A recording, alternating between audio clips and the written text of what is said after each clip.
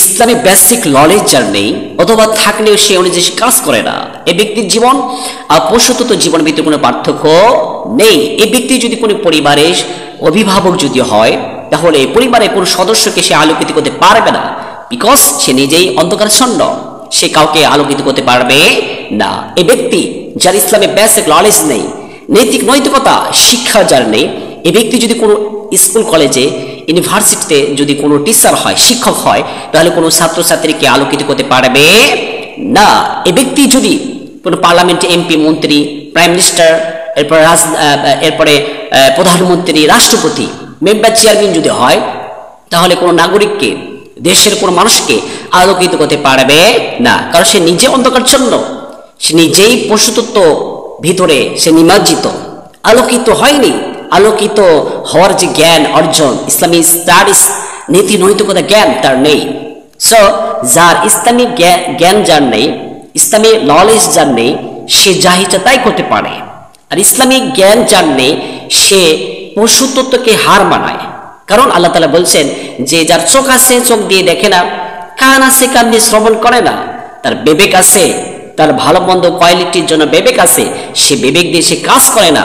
আল্লাহ তাআলা বলছেন উলাইকা কাল আনআম, সে হচ্ছে পশু ভিতরে, তার ভিতরে কোনো পার্থক্য নেই। আল্লাহ তাআলা বলছেন না, পশুর তো বিবেক নাই, সে যাইছে তাই করতে পারে, কি জন্য? তার বিবেক নেই, ভালো মন্দ নিন্দা করতে সে পারে না, এই জন্য সে ক্ষতি সাধন করে, যাইছে তাই করতে পারে। কিন্তু মানুষের বিবেক আছে, এই জন্য আল্লাহ তার পরবর্তী স্টেপে বলছেন, পরবর্তী শব্দতে বলছেন যে বালহুম আদল, পশু চেয়ে নিকৃষ্ট, যারা চোখ আছে চোখ দিয়ে দেখে না, কান আছে কান দিয়ে শ্রবণ করে না, তাদের দিল আছে কলব আছে, বিবেক আছে বিবেক দিয়ে সে কাজ করে না। এই ব্যক্তি যদি কোনো পার্লামেন্টে এমপি, মন্ত্রী, প্রাইম মিনিস্টার, প্রধানমন্ত্রী যদি হয়, তাহলে কোনো নাগরিককে সে আলোকিত করতে পারবে না। সে চাইলে ঘুষ খাবে, চাইলে দুর্নীতি করতে পারবে, চাইলে সে পতিতালয়ে রাত কাটাতে পারে, এবং সে করে।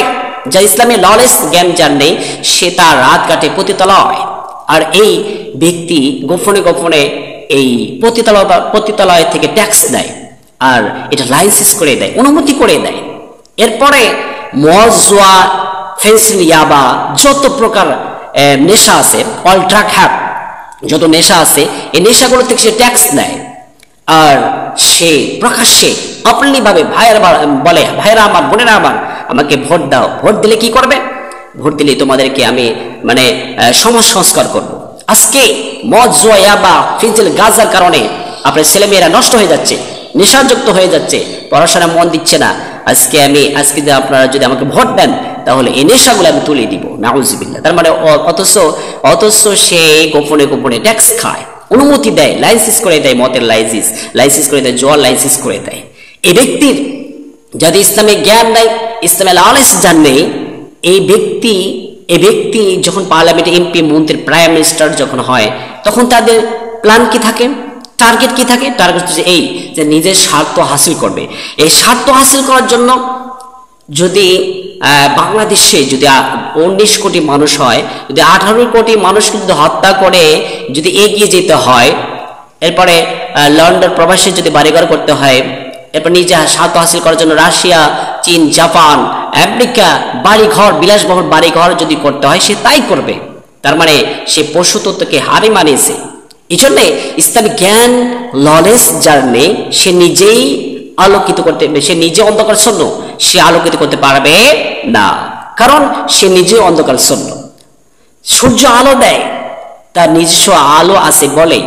চাঁদ সেই সূর্য থেকে আলোক রশ্মি সে অ্যাকসেপ্ট করে, এই জন্য চাঁদও কিন্তু অন্ধকার শূন্য রাত্রি সে নিজেই আলো দিতে পারে, সে নিজেও কিন্তু আলোকিত হতে পারে এবং নিজে আলো দিতে পারে। এই জন্য আসুন, ইসলামী স্টাডি, নীতি নৈতিকতা জ্ঞান যার নেই, এই ব্যক্তি পশুতত্ত্বকে হার মানায়।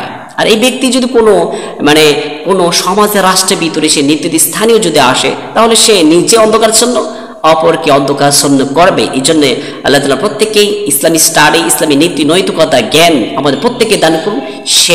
সেই আলোকিত সে পথে মিনাত যুলমাতিল নূর, অন্ধকার থেকে আলোকিত পথে সোজা স্ট্রেট ফরওয়ার্ড প্যারাডাইস, সেই সোজা রাস্তার জান্নাতের রাস্তা থেকে আল্লাহ তাআলা আমাদের প্রত্যেকে অগ্রসর হওয়ার তৌফিক দান করুন। আমিন।